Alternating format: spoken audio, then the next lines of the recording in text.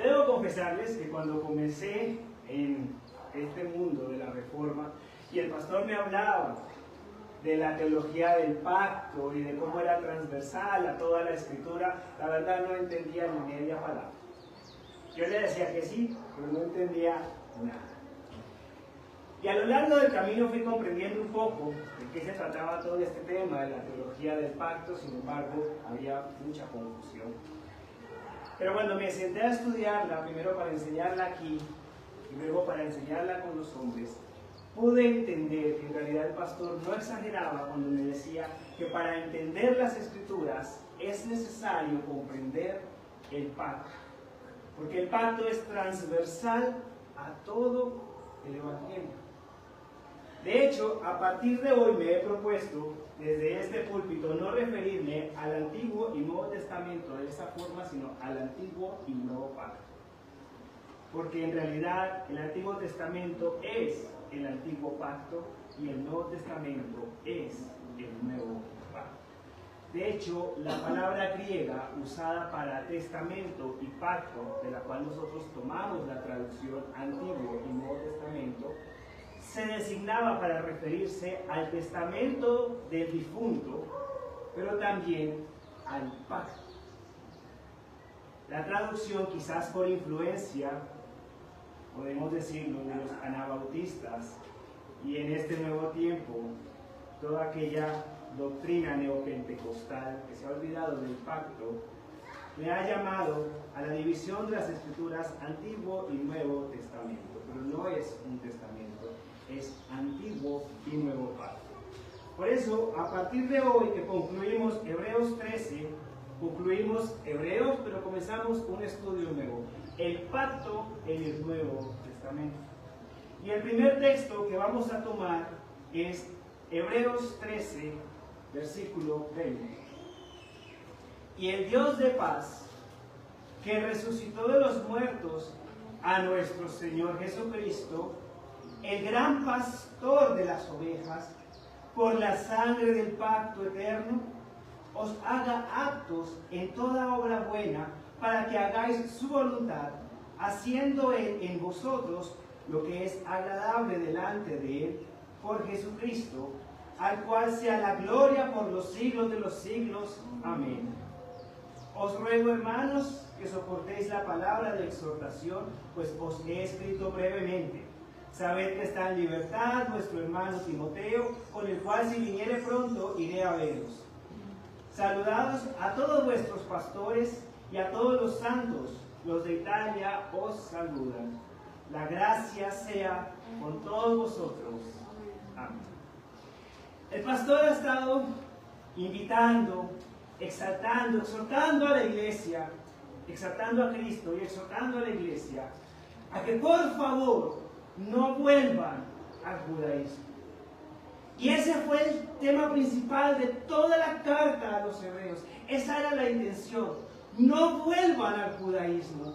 Por eso en los primeros 4 capítulos exalta a Cristo por encima de todo, por encima de los ángeles, por encima del día de reposo, por encima de Moisés, porque Moisés era un tipo de Cristo en el Antiguo Testamento, pero Cristo es superior a Moisés. Y del capítulo 4 en adelante se exalta a Cristo como el real sumo sacerdote que nosotros necesitamos, por lo cual ya no es necesario el sacerdocio levítico. Y de los capítulos 10 al 11 nos está exhortando nuevamente a la fe y a imitar la fe de los antiguos.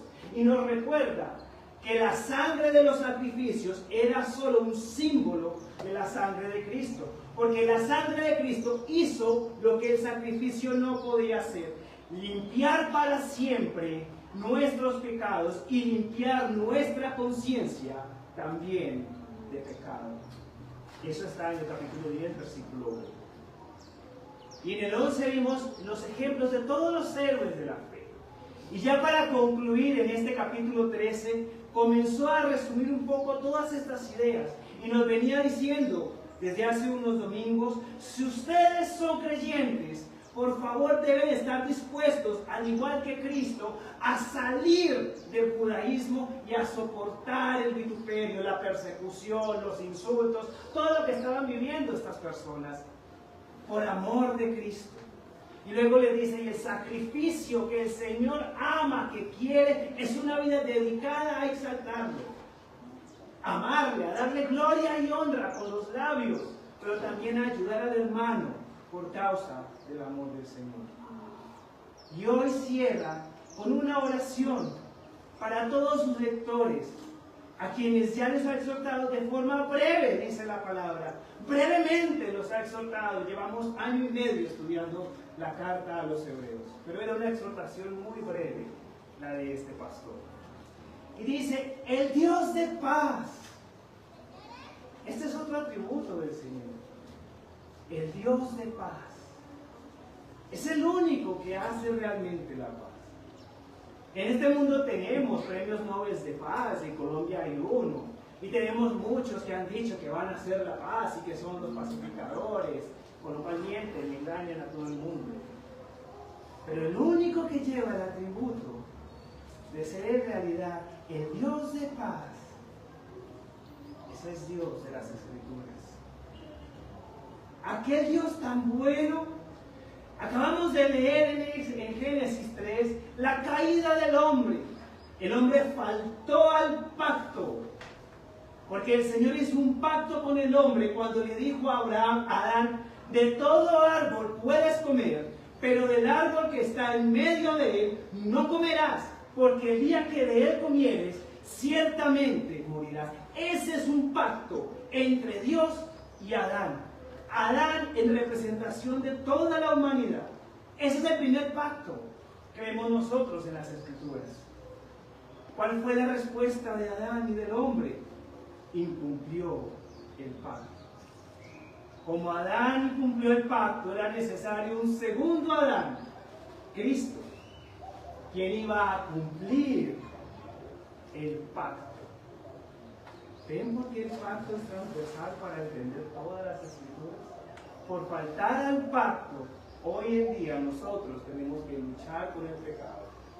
Pero tenemos a Cristo, a quien el Señor designó para reconciliarnos todos. Entonces, el Dios de paz que fue ofendido en el Edén, en Génesis 3, ese mismo Dios de paz que no tenía nada que perder, se dignó a hacer un nuevo pacto con nosotros, a salvar a aquellos que Él había escogido desde antes de que el mundo fuera, para que sean salvos, para tener un pueblo que le glorifique, que le honre, que le dé gloria. Entonces el Señor, este Dios de paz, ideó una fórmula para salvar al hombre. Ese es el pacto. Y el primero de estos pactos de gracia que vemos nosotros en las Escrituras es el pacto de Dios con Abraham. Y el Señor prometió a Abraham dos cosas: hijo y tierra. Una simiente en la que serían benditas todas las naciones, la cual, dice Pablo en Gálatas, es Cristo. Y una tierra prometida, la cual nos dice Apocalipsis 22, ha de descender del cielo como una esposa ataviada, para que nosotros habitemos en ella por la eternidad. Antiguo y nuevo pacto.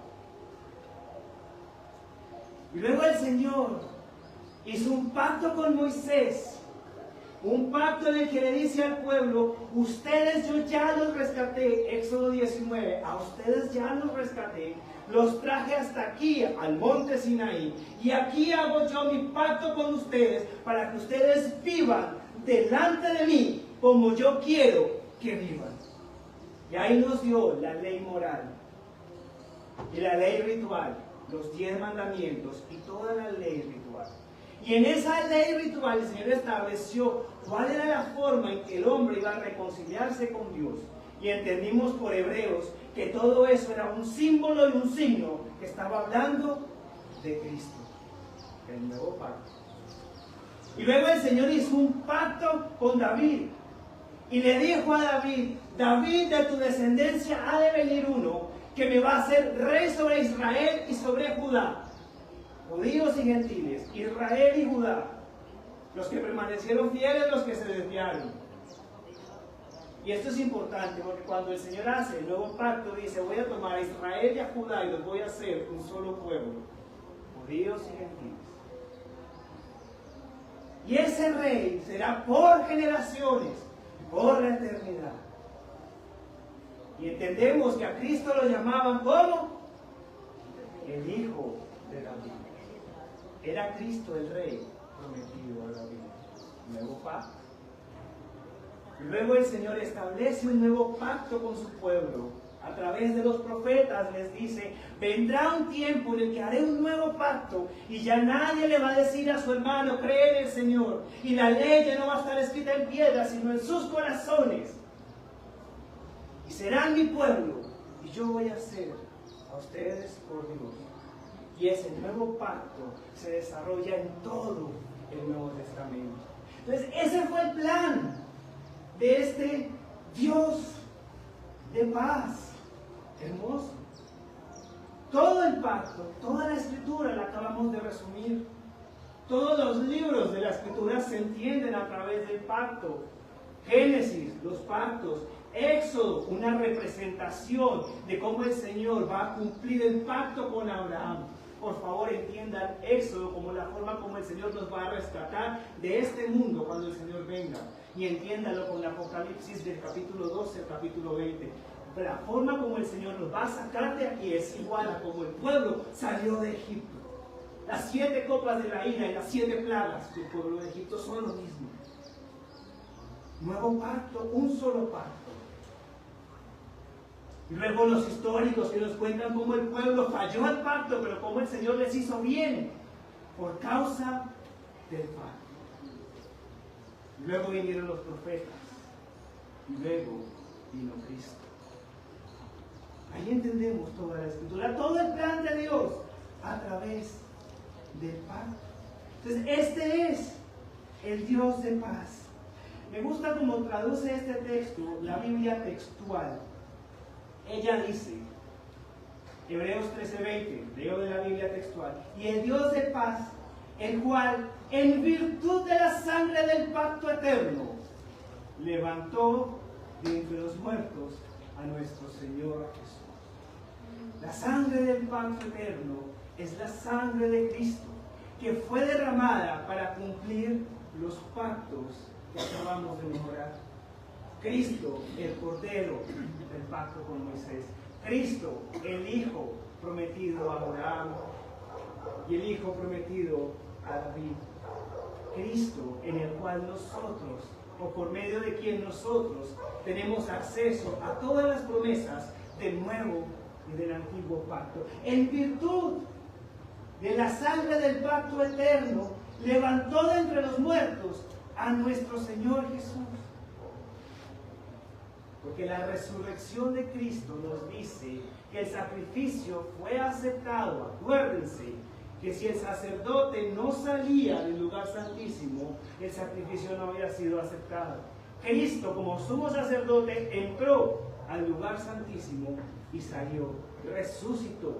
Por eso dice Pablo que si Cristo no hubiera resucitado, entonces vana es nuestra fe. La resurrección de Cristo nos dice que el pacto está vigente y que gracias a la sangre del pacto, hoy nosotros tenemos esperanza de redención en Cristo. En virtud de la sangre del pacto eterno, leo de la Biblia textual, levantó de entre los muertos a nuestro Señor Jesús, el gran pastor de las ovejas. Juan 15, yo soy el buen pastor y conozco mis ovejas. Juan 10, yo soy el buen pastor. El gran pastor de las ovejas, versículo 21, os perfecciona en todo lo bueno para que hagáis su voluntad, haciendo en nosotros lo que es agradable delante de Él, por medio de Jesús, el Mesías, a quien sea la gloria por los siglos.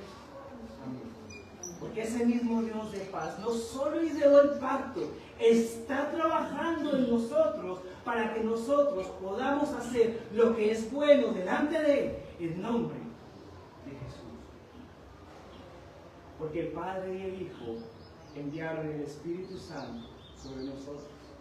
Y el Espíritu Santo, que es el Espíritu de Dios, actúa en nosotros. De tal manera que nuestra fe ni siquiera viene de nosotros mismos, sino que es un don de Dios que se desarrolla en nosotros a través de la influencia del Espíritu Santo y por medio de la predicación del Evangelio. El Señor ha hecho toda la obra de salvación.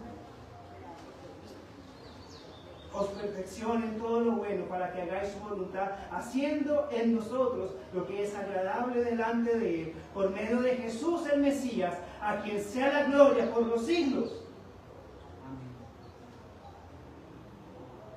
Os ruego, hermanos, que soportéis esta palabra, porque os he escrito brevemente. Y luego concluye hablándonos de que si Timoteo es liberado, él desearía ir pronto a verlos.